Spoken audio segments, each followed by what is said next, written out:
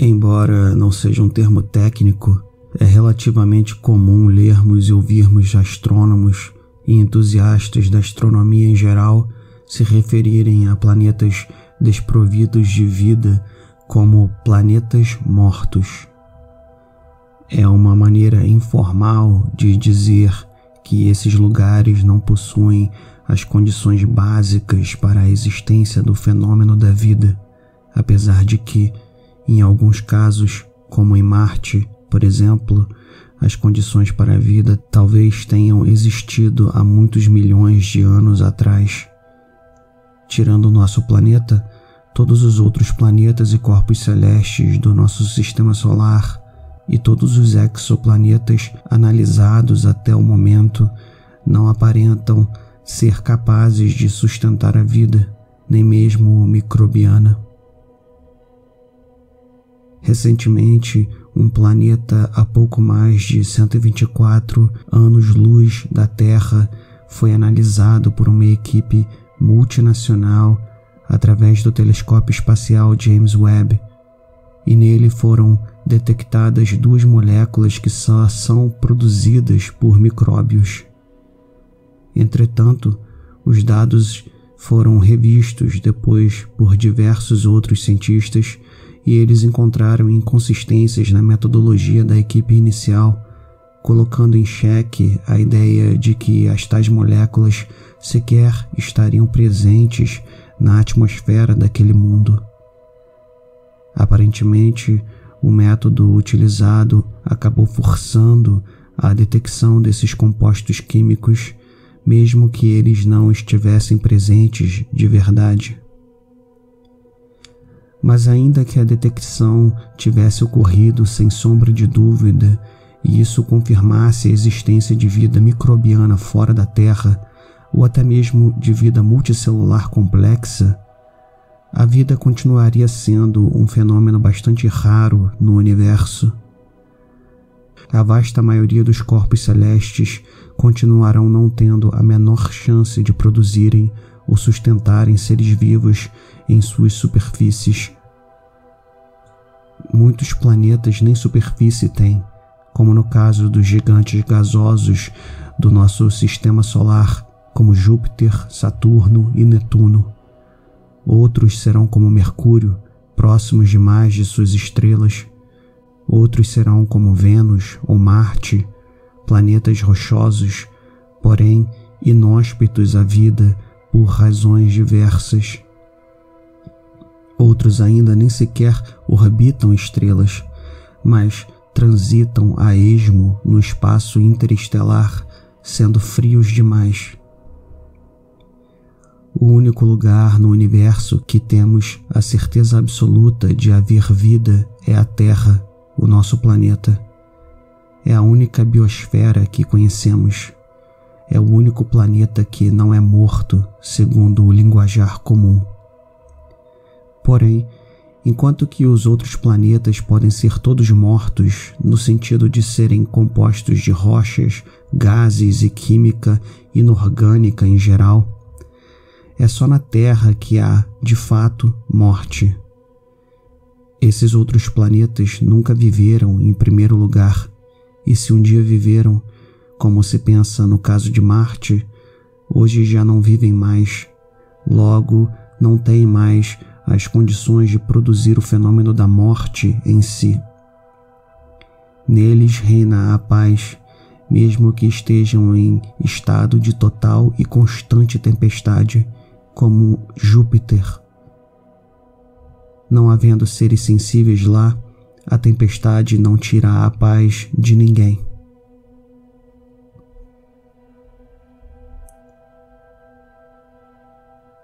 A etimologia da palavra biosfera é simples. Ela junta 2 palavras, bio, do grego bios, que significa vida, e esfera.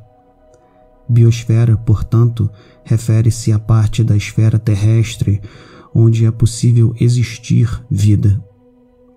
Muito acima da superfície chegamos no espaço, onde não é possível haver vida. Mais abaixo estamos no inferno de magma da crosta, onde a vida também não pode florescer. Gostaria de propor, então, um nome alternativo à biosfera para nos referirmos ao nosso planeta e outros corpos celestes que sejam capazes de sustentar a vida.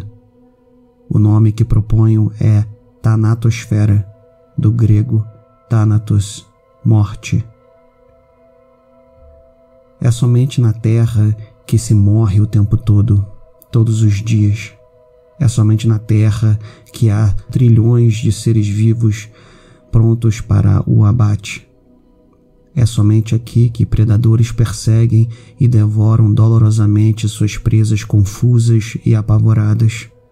Só aqui surgiram seres capazes de entrar em conflito uns com os outros, desde formigas batalhando com outras formigas e insetos, passando por grupos de chimpanzés disputando território, até humanos guerreando para assegurar a sua supremacia política e cultural. Leões que matam os filhotes de leoas solitárias como forma de assegurar que elas só perpetuarão seu código genético. Somente aqui existe câncer e acidentes de trânsito. Desgraças só acontecem aqui e, talvez, em outras poucas tanatosferas, universo afora.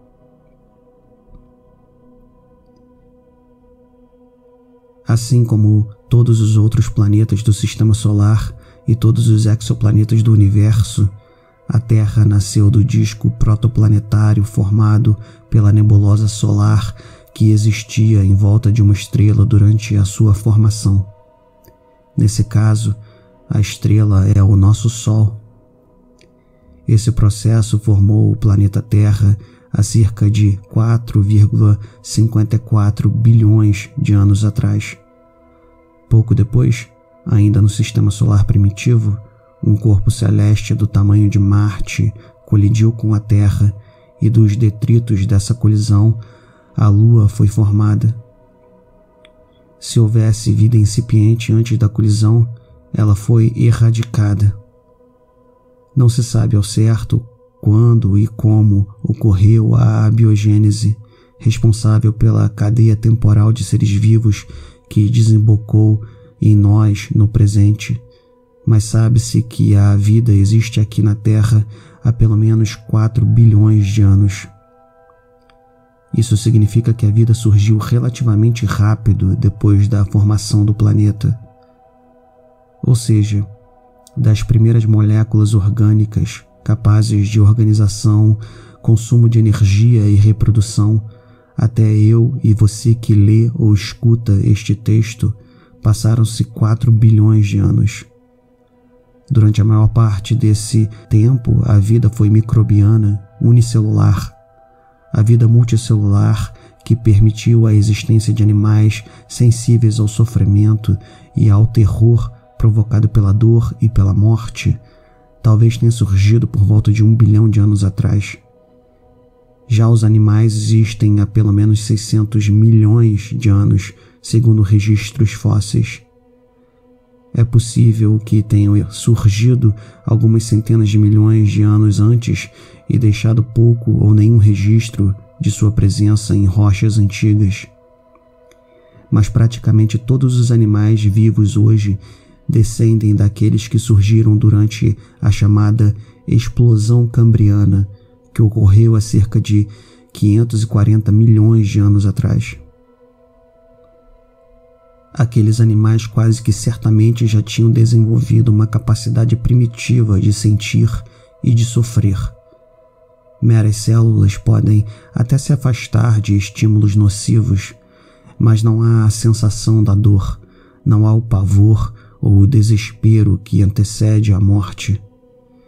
Já os animais complexos, dotados pela natureza de um sistema nervoso, sofrem.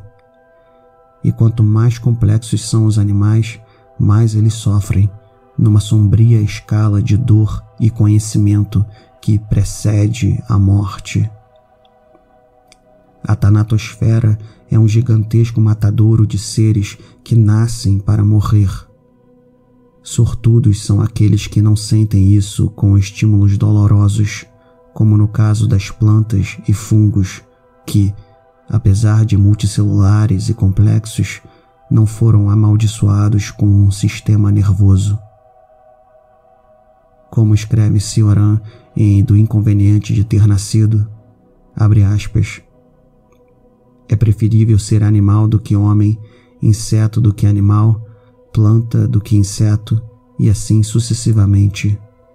A salvação, tudo o que diminui o reino da consciência e lhe vem a comprometer a supremacia. Fecha aspas. Felizes são aqueles corpos celestes em que a vida foi capaz de gerar apenas vegetais. Mais felizes ainda são aqueles cujo mineral prevalece sobre todo o resto. Esses talvez só percam para os corpos gasosos ou até mesmo para as estrelas, onde a vida é impossível. Todo antílope com a garganta cortada por um predador inconscientemente tem inveja da superfície do Sol, que queima a 5,5 mil graus Celsius. Lá, naquele inferno, nada disso é possível. Também não são possíveis as alegrias e os prazeres da vida, é verdade. Mas como Schopenhauer escreveu em seu Parerga e Paralipomena, parafraseando, sempre que nos questionarmos se os prazeres são maiores ou ao menos equivalentes às dores no mundo, imaginemos a sensação que uma presa tem ao ser devorada viva por um predador e comparemos essa sensação com a do predador que a devora. Na mesma obra, Schopenhauer expõe o sentimento daqueles que mais se sensibilizam ao ver toda essa carnificina. Abre aspas. Se imaginarmos o mais amplamente possível a soma total de miséria, dor e sofrimento de todos os tipos sobre os quais o sol brilha em seu curso, admitiremos que teria sido muito melhor se tivesse sido tão impossível para o sol produzir o fenômeno da vida na Terra quanto na Lua, e se a superfície da Terra, assim como a da Lua, ainda estivesse num estado cristalino. Fecha aspas.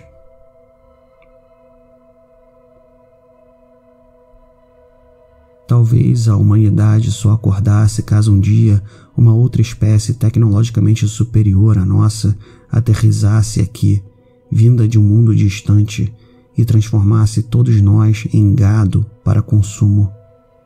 Seria tarde demais, sim, mas quem sabe ali entendêssemos finalmente o cruel e frio cálculo da natureza como expressão da vontade cega que permeia todo o cosmos. O que há é manifestação pura, sendo a razão humana uma entre várias expressões da vontade. Da mesma forma que hoje nos deliciamos com saborosos churrascos, amanhã podemos fazer parte da dieta de outra espécie à frente de nós na escala tecnológica. Já acontece, aqui e ali, de sermos devorados por animais como tubarões, ursos e grandes felinos. Mas consideramos isso como fatalidades pontuais, já que nos imaginamos no topo da cadeia alimentar, e essa dominância temporária nos dá uma falsa sensação de superioridade imbatível. Para o indivíduo que é devorado por um tubarão numa praia ou em alto mar, qualquer noção de superioridade humana é dissipada num único instante. Todos nós somos tão efêmeros quanto uma única joaninha que viveu há 50 milhões de anos atrás. Pior, nenhuma joaninha jamais teve o conhecimento que o mais imbecil dos humanos teve a respeito de sua própria dor e finitude. Portanto, não somos apenas efêmeros, mas efêmeros e profundamente conscientes da nossa situação. É daí que surge a necessidade de criarmos ilusões e de mudarmos o mundo através do trabalho e do desenvolvimento técnico. Quando paramos para pensar demais, ficamos à beira da loucura. Estamos, em outras palavras, ferrados. A escolha que nos resta é cair no abismo dançando e gerando novos desgraçados, ou cair no abismo tentando diminuir a miséria de nossos companheiros de dor, além da nossa própria, mesmo que só um pouco. Causa uma certa repugnância a ideia de que não habitamos uma biosfera, mas uma tanatosfera. Entretanto, uma é o espelho da outra. Não há a biosfera sem também haver a tanatosfera. São dois lados de uma única moeda. Os ditos planetas mortos, mesmo que um dia tenham tido vida e morte, hoje não têm nada, logo não são nem biosfera, nem tanatosfera. Nossa mãe Gaia, contudo, é geradora e tomadora. Ela dá a luz e executa, sem dó e sem piedade. E que se danem os seus sonhos, os meus também. Mas nada disso é culpa de Gaia, ela não existe. A Terra é apenas uma vítima das circunstâncias, como nós. Nossa mãe Terra é somente uma esfera rochosa, gigantesca, que tinha o tamanho certo, os compostos químicos certos e orbitava a uma distância mais ou menos certa de uma estrela de tamanho relativamente ideal para o surgimento e manutenção da vida. O resto é história. E cá estamos, flutuando no espaço em volta do Sol, enquanto todo o sistema solar flutua ao redor da Via Láctea, nossa galáxia. Olhamos para as estrelas, sonhando em não sermos os únicos. Queremos partilhar do milagre que é ser consciente do universo, de sermos o universo olhando para si mesmo. Queremos muito não estarmos sozinhos aqui. Há um desespero nesse desejo de companhia. É quase como se quiséssemos ter com quem partilhar a dor. Não é possível, pensamos, que sejamos tão azarados e somos os únicos nesta pocilga estelar. Parece que precisamos de camaradas no infortúnio. Não basta haverem outros como nós, queremos outras consciências que surgiram em outras rochas espaciais flutuantes, outras tanatosferas. Queremos que esses outros azarados nos contem como foi dura a sua trajetória ao longo da história, assim como foi a do homem. É também daí que surge o desejo em criar uma consciência artificial. Já estamos cansados da mesma e enfadonha companhia humana, mesmo quando ela é brilhante e partilha do nosso marasmo e desespero perante o vazio da existência e das dores que tornam a vida malignamente inútil. Precisamos descobrir alienígenas inteligentes ou então criar novas mentes. Ingenuamente acreditamos que esses outros seres inteligentes podem nos dar alguma resposta, uma perspectiva diferente sobre o problema que é nascer e cair no tempo. Novamente, não queremos definhar somente na companhia de outros como nós. Cansamos de sofrer apenas com outras pessoas que se parecem conosco, que compartilham da mesma árvore genealógica que remonta a 4 bilhões de anos atrás. A dor e a morte precisam da vida para existir. Hoje, uma espécie de ser vivo é até mesmo capaz de catalogar milhões de asteroides que giram em torno do sistema solar, com o objetivo explícito de detectar previamente possíveis impactos com o planeta e até mesmo desenvolver estratégias para defendê-lo.